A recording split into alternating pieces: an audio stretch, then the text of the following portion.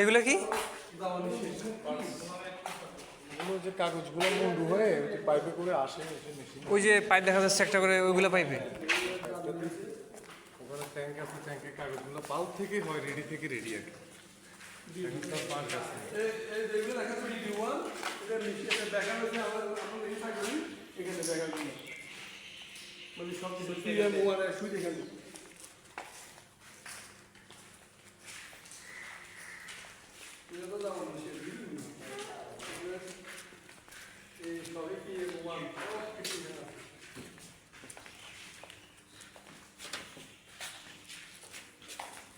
মূলত মেইন প্রসেসটা এখানে শুরু। এটাই মেশিন হাউস, মেইন মেশিনগুলো এখানে। ওগুলো সাইডে কালার ট্যাঙ্ক আছে, ওগুলো যখন যে